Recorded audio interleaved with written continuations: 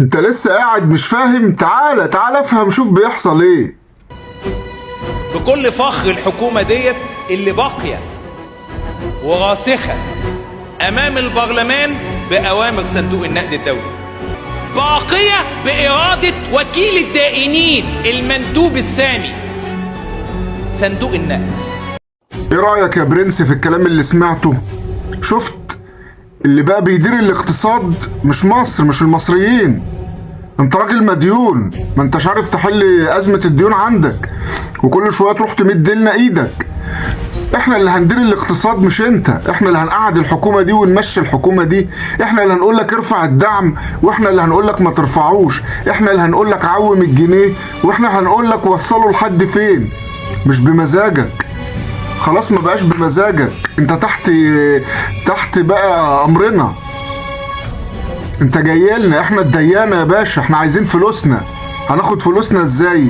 احنا اللي هنقول لك، وتبيع اصول وتبيع الشركة دي لمين وتدي المصنع ده لمين وهكذا. مفيش حاجة اسمها بقى تقول لي امن قومي. انت كنت بتقول لي على تعويم العملة امن قومي ومش هعمله طالما مصر هتضيع، واديك عملته وغصب عنك على فكرة. مش عشان ال 35 مليار جم فقلت انا كده اقدر اتحكم في التعويم.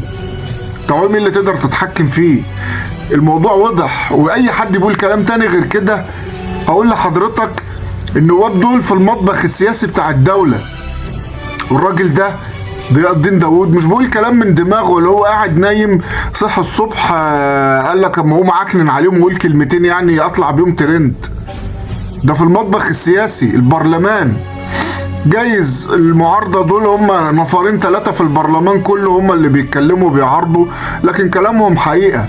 ولو حد تاني يقدر يقول ان الناس دي بتقول اي كلام مش حقيقي كان حد تاني طلع قال، حد تاني يطلع يتكلم.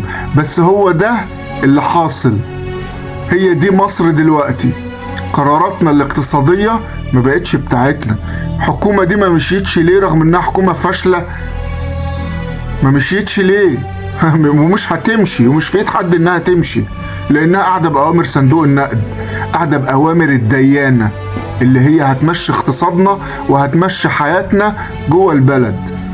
شفتوا بقى الديون بتسلبك سيادتك، بقيت منزوع السيادة. القرارات الاقتصادية اللي بتطلع عن الحكومة مش بمزاجها، مش بدماغهم، دي أوامر مفروضة عليهم لازم تتنفذ.